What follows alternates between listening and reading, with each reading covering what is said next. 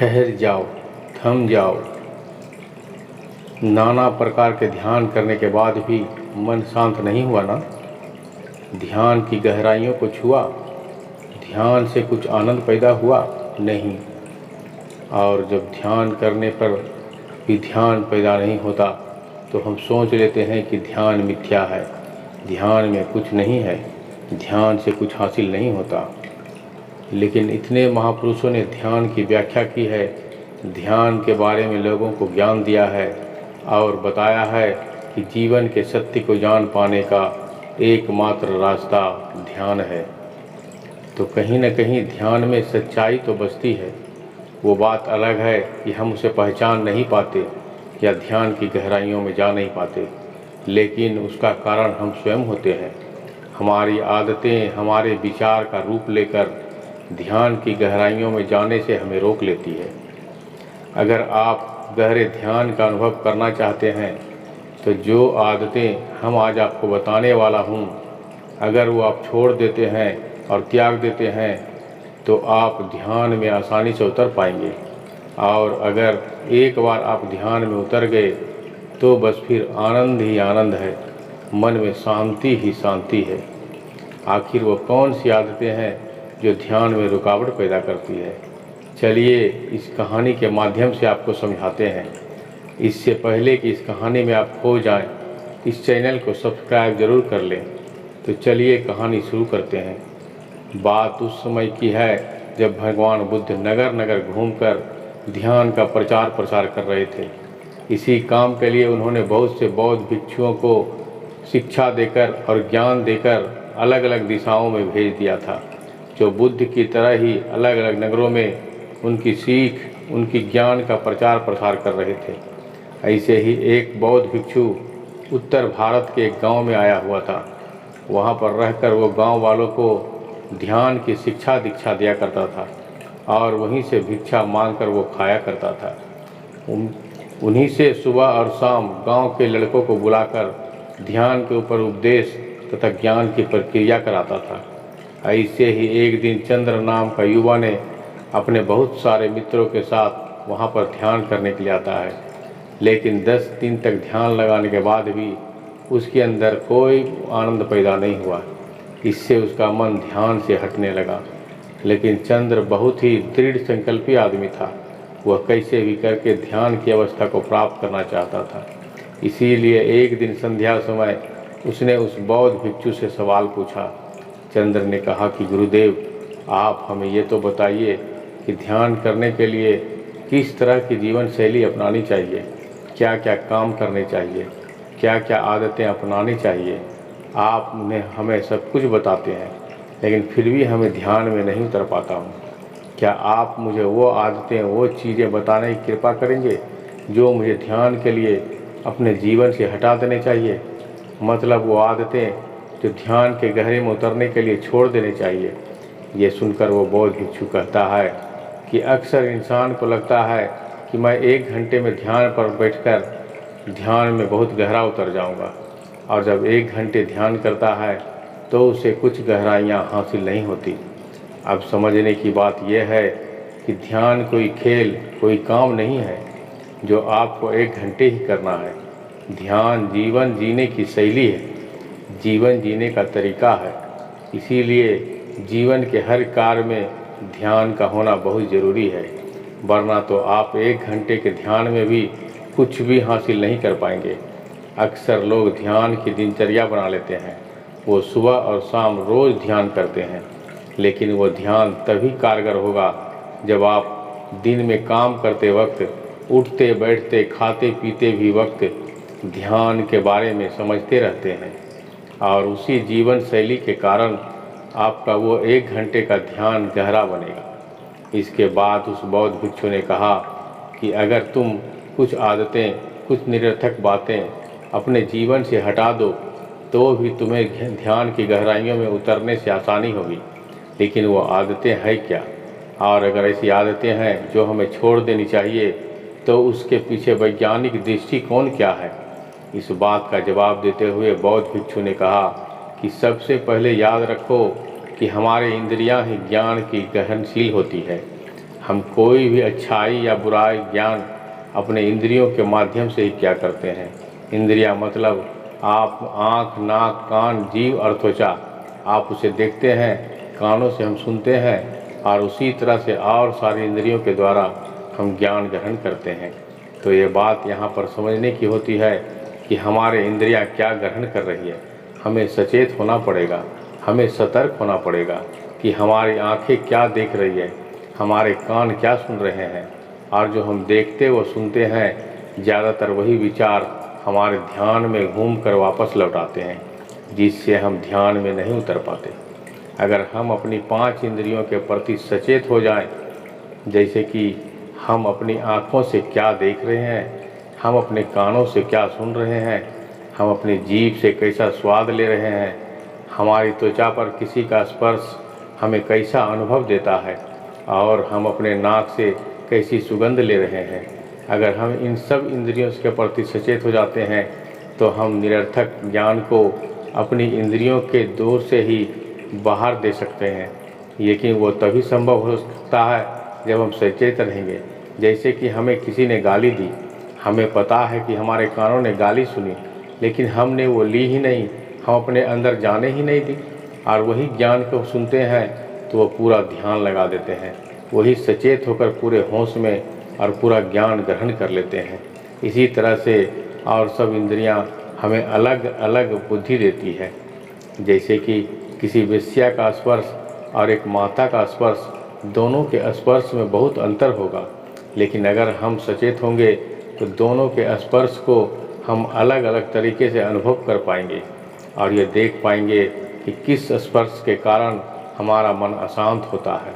और दूसरी आदत जो एक नवयुवक या कहें कि जो आदमी नया नया ध्यान करने लगा है उसकी प्रक्रिया में बाधा बन सकती है, वो है संयम। हर इंसान, हर आदमी सब कुछ बहुत जल्दी पाना चाहता है, और ये ध्यान के संबंध में भी सच हो जाता है। जब आदमी ध्यान करता है तो सोचता वो है कि मैं 1 घंटे तक ध्यान तो करूँगा, लेकिन वो 5 मिनट के अंदर ही ज्ञान की गहराइयों में जाना चाहता है। लेकिन ध्यान तो ठहराव है, ध्यान तो रुक जाना है, ध्यान तो ठहर जाना है, थम जाना है। जरा सोचिए, क्या जल्दबाजी करके हम ठहर सकते हैं? क्या ये दोनों चीज़ें एक साथ हो सकती है? जल्दबाजी और थम जाना नहीं हो सकता, कभी नहीं हो सकता। अगर आप जल्दबाजी करेंगे तो आप कभी ठहर नहीं सकते, और अब ठहर जाते हैं तो आप में जल्दबाजी नहीं कर पाएंगे।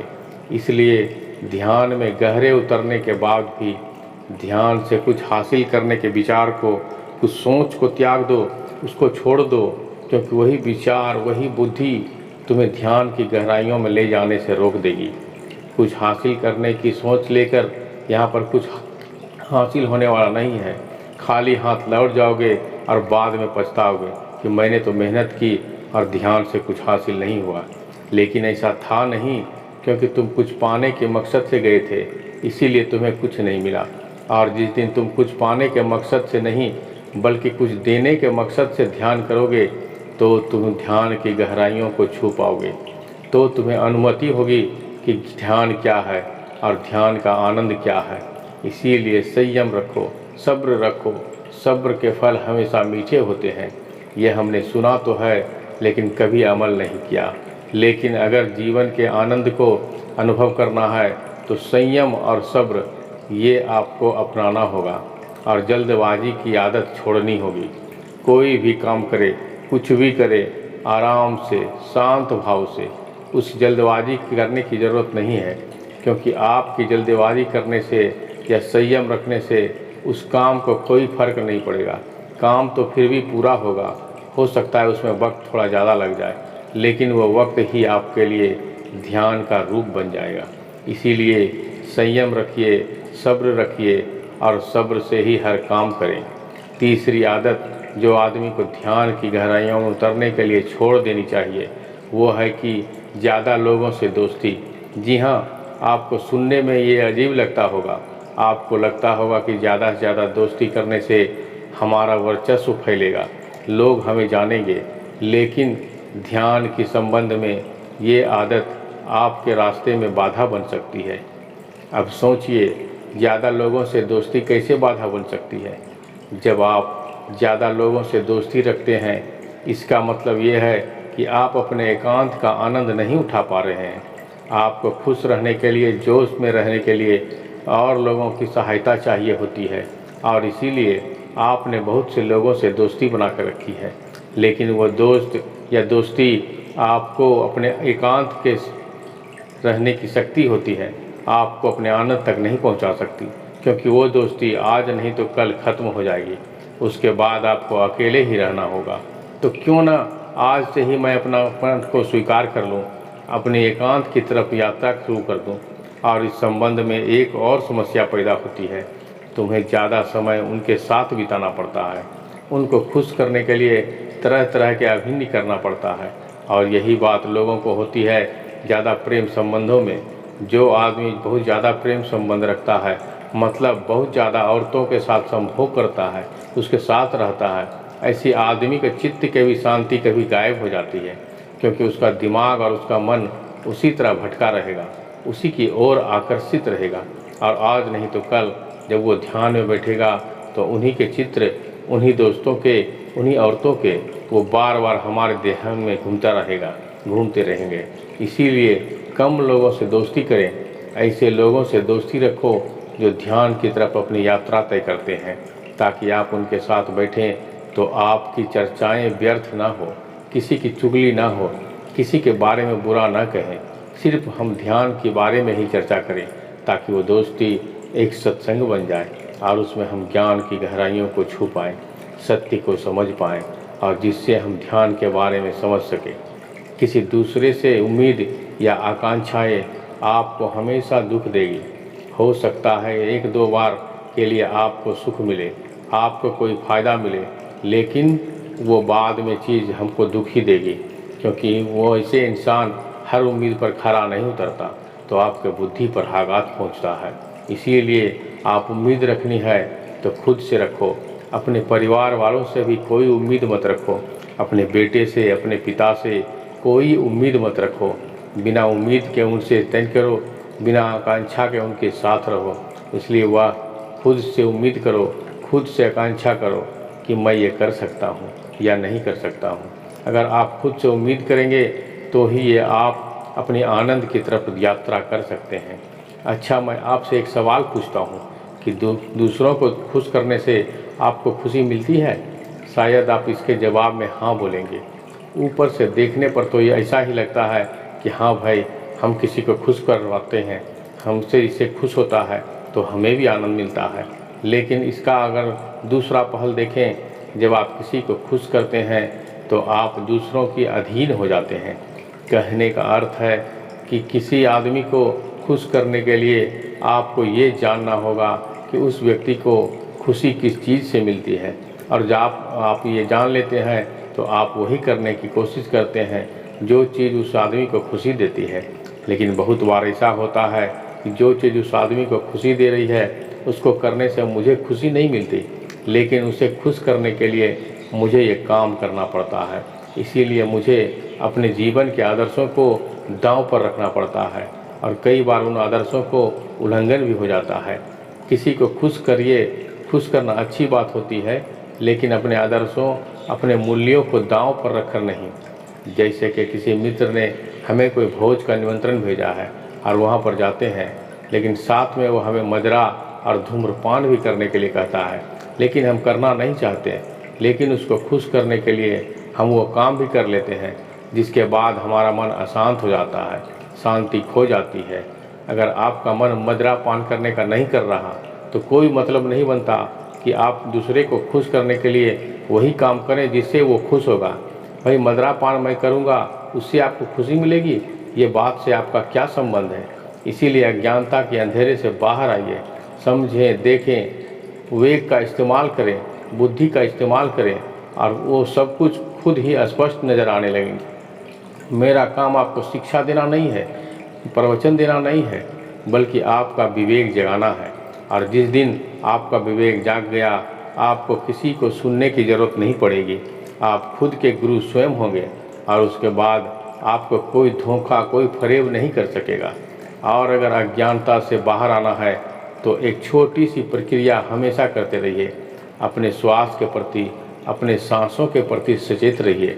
अगर सांस छोटी चीज़ आ रही है तो आप जान रहे हैं कि सांस छोड़ दिए है। अगर और सांस लंबी जा रही है तो जान रहे हैं कि सांस लंबी है।